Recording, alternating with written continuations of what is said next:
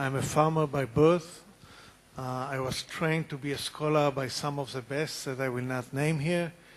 And I'm an entrepreneur because I built all kind of, I'm an academic entrepreneur. I built all kind of academic entities that never existed and have a life of their own after I leave them to a sustainable future. So I come to this from three different perspectives, and I think that the lesson that I learned from my long life is that patience pays. So with this kind of very brief insight, I plan to ask each and every speaker here a difficult question, but we're running out of time. So I will suggest that we do it differently. What I want to do is ask each and every one of you to answer just one question that I'm addressing to all of you, and we'll do it by order and very quickly so that we allow the audience to pick on these answers, quick answers. I'll give you 1 minute for each answer. And that will allow you to sum up what you've said, remind the audience what you talked about, and have the audience some time left to ask the question. I'm going to ask you the question and give kind of an insight from my own private experiences and have you answer it. So the question is very simple. If I had to ask you, what do we need to do to improve the prospects of small farm or larger farm entrepreneurs, you know, in 1 minute, you know, that I'm giving you, what would you suggest? Okay. What? Is that a simple question? Yes, this is a very simple question, a straight question. And the insight that I want to give you is that I'm the son of the first settler in the Israeli Negev. So that means that my father was the first person to move south of Beersheba, actually 3 kilometers south of Beersheba, and start, of all things, an agricultural entrepreneurship or agricultural farm, because that's the only thing they were allowed to start at the time. And that created, for me, a lifetime experience with a lot of things. For example, Revivim, the little village I was born in, is the last point where clean water was driven to from the Lake of Galilee. This is kind of this is the biggest irrigation system ever built. It is not at all clear that it was worth the money spent on it. It is now there to be sustained, so and it is sustained. Currently, actually, Israel has adopted 2 or 3 other systems, so that Israel actually is rich in water that is incredibly expensive. Okay. So rich in very expensive water. Then I have spent my entire life going through cycles of the solution for this desert is tomatoes, the solution for this desert are flowers, the solution for this desert is this special kind of wheat. Then we grew corn, then we did a lot of other things. I was involved in some of them, nuts, peaches, pears, you name it. As a lifetime experience, I was often sitting between Golda Meir and Ben Gurion in large celebrations. I won't tell you the details as to why I found myself in this very strategic position. But what I will tell you is that these two would get at each other's throat on one specific item every Passover we sat together around the table. And that was, who is growing better peaches, Sde Boker or Revivim? Okay. 2 villages that should have never started growing peaches to begin with. Okay? So now, to come to the end of this story, most of the land is actually covered with olive trees. Because they figured out... We sold it to you. They figured out that olives is probably the only sustainable, long-term sustainable, profitable growth in this area. Now, I'm sure that in 10 years they'll figure something else. But with this kind of insight into it, I'd like to hear your answers to what should we do. Should I start? Please. I think if I'm taking from what I've said, the most important thing is sustainability through economy. Creating incubators for agribusiness that should become self-sustained through profitable sales. That's the most important thing. I think the most important thing is to recognize the diversity in livelihood strategies, and then we need a menu of interventions. There is no one single one. For many farmers, they have a relative that is sending money from abroad, so they are not interested in producing. They just keep that as a retirement strategy. For others, they work part-time in the city, part-time in the field. For others, they can learn how to become operators of sophisticated irrigation or machinery, so you can train them to manage a computer. For others, it will become bringing them to the market. But what we need is to offer options and allow the people to choose. Yeah, I think from my side, in a way, you answered the question yourself, which is you have to figure out what are the best economic opportunities for the particular context that the small farmer finds himself in. And that does require often not just analysis of climate and soils and proximity to markets, infrastructure, etc. But it also, I would echo what Javier just said, it also has to involve what does the farmer want to do. Not all farmers can be successful entrepreneurs. But we've certainly had experience, and I was talking in my presentation mostly not about farmers as entrepreneurs, but entrepreneurs who are working with farmers. But we've certainly had great experience of some farmers at least becoming very active in not only becoming commercially active for themselves as farmers, but also in becoming dealers of inputs and services to their communities. But it's a significant minority of farmers who have that capability to step up and take advantage of such opportunities. I think in the morning, Nati Barak talked about listening to the plants. I would say we need to listen to the farmers.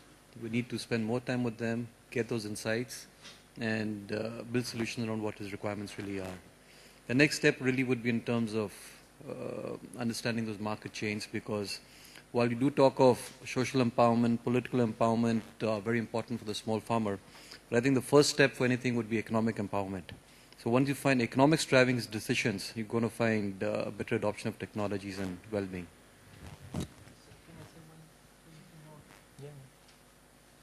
Sorry,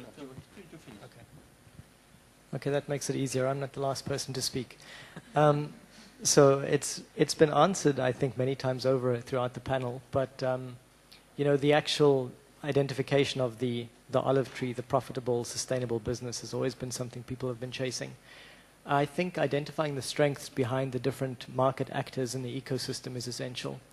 If public sector is creating the infrastructure and the channel to facilitate the demand which private sector is creating, and that demand driving the actual production with the smallholder farmers, I think that's when you start getting to that olive tree. I'd just like to add a point, and this is what Javier had asked a little while ago in terms of if any studies been done on small farmer asset ownership. Over the last 40 years, ICRISAT has this project called VDSA, Village Dynamic Studies in South Asia, where you have people living in the villages and collecting data. So over the last 40 years, you have this data of how the village dynamics have changed, how ownership has changed, how policies have impacted, how markets have developed. And it's an amazing repository of knowledge. It's amazing. They've done it in about 42 villages in India and Bangladesh, also in West Africa. So I think it's something which in ICRISAT is considered one of the jewels of ICRISAT. And like you rightly said, unless you know who your customer is, this data is something very essential when you're especially recommending for policy interventions. Yeah. And I don't want to keep you much longer, so just very brief. One of the key issues or key lessons from complexity theories is that once you touch something in a complex system, you don't know what the outcome is, and you may be unleashing many complex dynamics that you never expected. It's just the butterfly effect is just one of those examples. So I think it's key that to expect that usually things will not work the way we work and will work in some other way. So my last recommendation is when you do an intervention, do have a learning structure that allows you to look not just for what you were expecting, but for the unexpected, and see whether those open opportunities or are challenges. So this expecting the unexpected is the key issue. So we have about 10 minutes for questions from the floor, please. You use the microphone.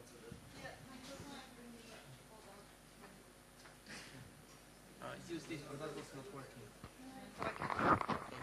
Just a question to Avihai Ilan regarding the incubators. What you recommended is, like, for example, based on the Israeli model of incubators to enhance models like that in other places, or you mean something different?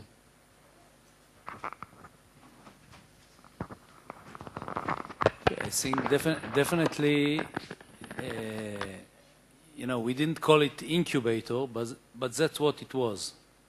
And I think that this model is, we should copy it, MASHAV and other organizations should copy it to other places, because after all the studies, after all the academic work, after all the development of new varieties, if what we are doing on the ground is not sustainable, all the efforts were in vain. So assuring sustainability, I think, is the most important things to do.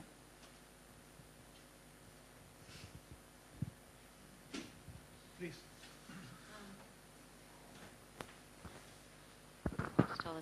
Okay. I actually have two questions. And one question is, in all of this, in the entrepreneurship and agribusiness, where's the role of the youth in all of this?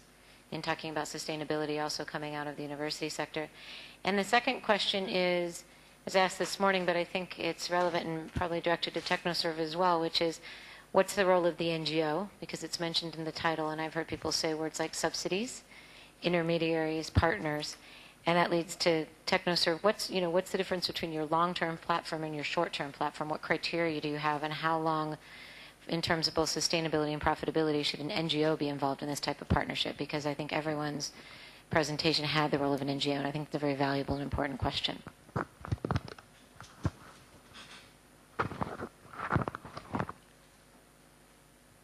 You want to take some more questions, or?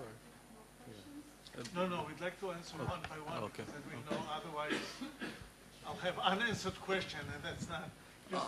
I'll answer the youth question, and I'll leave Simon to talk about the other one, or both. I think. Well, I think it's important that once agribusinesses or farming becomes profitable, you won't find the youth moving to the cities for employment as much as before. So I think at that stage in time, when you talk to risk management and resilience, and if you have profits coming through a model of IMO or similar, you'd find many more youth coming, and it's not only traditional farming, but it could be also in the form of, mechanization, contract farming, and small farm equipment, the service provider model, which is catching quite well. So you find semi-skilled and skilled people coming in agriculture. When more and more mechanization is coming in, you're finding the youth getting more attracted by this on the mechanization front. From my side, in terms of youth, I think we have a bit of a sort of chicken and egg challenge on our hands right now in most of the countries in which we're working, which is that young people don't want to do farming. So the farmers are aging. I mean, the average age of a cocoa farmer in Ghana, for example, I think is now about 62. Average age. So at the same time, so you've got this rural-urban migration that is, being driven, and the reason is that the youth look at their parents and they don't make money out of being small-scale farmers for the most part. So part of the solution to that is the kind of stuff we've all been talking about on this panel, which is to make small-scale farming more commercially viable, so that at least some of the young people will see an opportunity in that and stay. But there has to be a lot of other interventions, and I'll keep this very brief. But one thing that we're doing in East Africa now, moving into its second phase with MasterCard Foundation, is a rural youth empowerment, economic empowerment initiative. We call it STRIDE, Strengthening Rural Youth Through Development and Enterprise. And we're getting young people to develop a more commercial mindset to their future, first of all, and then making choices about, do they want to go and find a job? Do they want to start an enterprise, or do they want to go back to the farm and do it more commercially? And then linking those young people who want to do the farming to value chain initiatives, market system type initiatives, and so on, where they can get more vitality. And then there are policy issues and so on, there's other stuff. But that's, I think, at the heart of it. In terms of the role of the, I'm going to talk about the role of the international NGO, not the local NGO, which is, I think, different. For us, it's to catalyze change and get out of the way as quickly as possible in any particular context. So in a particular context, most of our interventions, once we've figured out, so there's a figuring out period, which can often take 3 to 5 years, to what is the right solution for coffee farmers in Ethiopia or whatever. But once you've figured it out, most of the time you should be able to complete your catalytic intervention within 2 to 3 years and get out the way.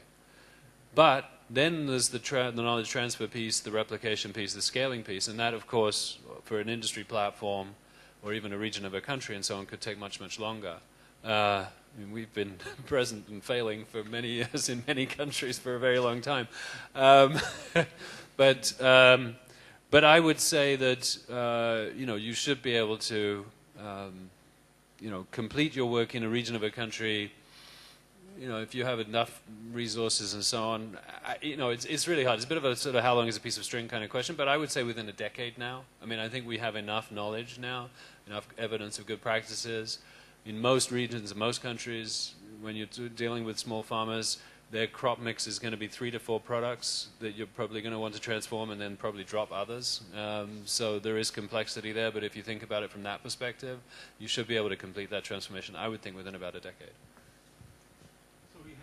One, two more questions, and we'll have to cut it. Please. There's been a lot of talk about long-term sustainability. How can you expect long-term sustainability in a dynamic world?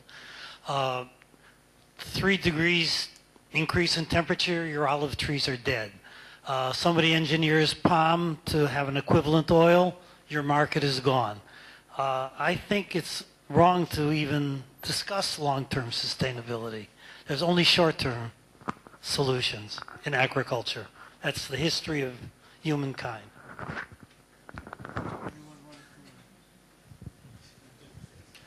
Well, the problem... Go ahead. No, go ahead. I think when you look at agriculture as a commodity compared to agriculture as a product, very often you look at a value addition coming through which is supposed to, by and large, handle a little bit of these market volatilities. If you look at a product which is processed or value added, it is meant to dilute some of this market imperfection. No markets are perfect, I agree with you, and nothing is consistent. There will be challenges all along, but I think how you cope with these challenges would come out of these different value addition opportunities.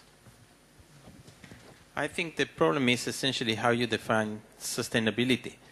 And for me, it has to do with the ability of the system to keep on. It's very linked to resilience. How the system can continue to provide its services when it's challenged. And there are some things, some trends that we need the system to continue producing. I agree with you that the market can change, the temperature can change, but we still will have to produce food, and still you will be trying to do biotechnology that will take 30 years to move from the lab to the field. So you're not thinking 3 years, you're thinking 30. And that has to do with the things that there are certain things that you think that will remain in the system. Last question, please. That's why you think of 30.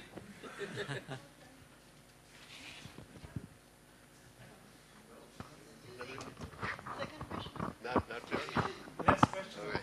So one of the things, just to continue with this, one of the things that I think makes, first of all, my name is Micha Odenheimer. I'm the founder of an NGO called Tevel that works with small farmers in Nepal and in Haiti, and now we're beginning in Burundi. And one of the things that I think makes small farmers much less vulnerable is working in groups and cooperatives. And I was surprised that, unless I missed something, almost nobody mentioned cooperatives as an important tool for small farmers. And I'm wondering if there's some kind of people see it as contradictory somehow to entrepreneurship and innovation and the private sector. Maybe I can have a first go at that. No, I mean, for me, because the panel was focusing on entrepreneurship, I guess I was sort of mentally drawn much more to the sort of individually, or family kind of oriented business, and was talking much more about that. There is definitely a role for cooperatives. We've had great success in Kenya, for example, in working in the dairy sector and the fruit sector, in helping farmers, turn traditional, let's say, more community-oriented cooperatives into businesses. And it requires, at a certain point, entrepreneurship training and business training for the people who are actually then running that business. Sometimes those skills and the right orientation doesn't necessarily exist within the community, and the cooperative then hires a business manager to be the business leader, if you like, of that business.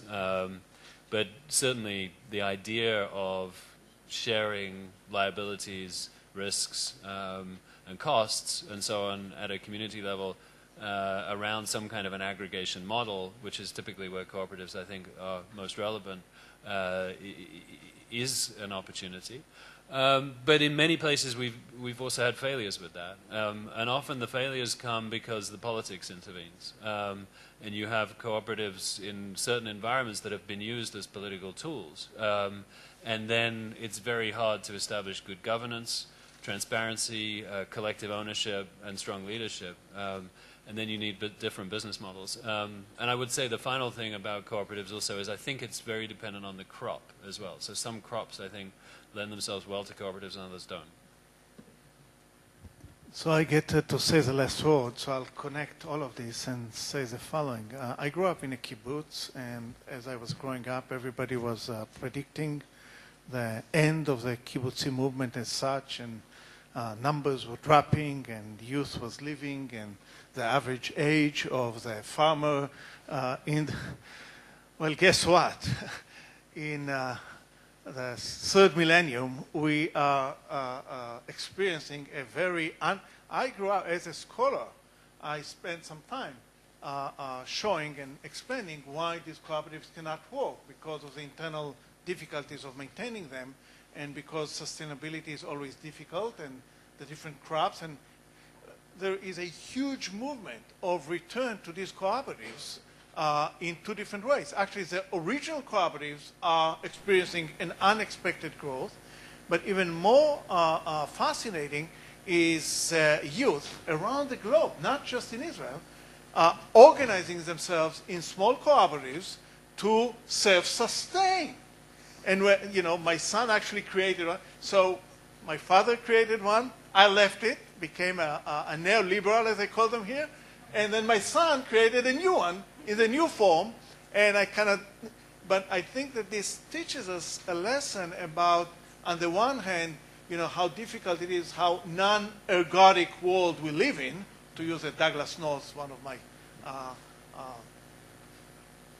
the most important people who train me, non-ergodic world, so we can't tell, but at the same time, these systems do sustain themselves eventually if they are somehow structured to self-sustain. So there's kind of this complexity on the one hand, but if you do it right, they may live longer than you expect. So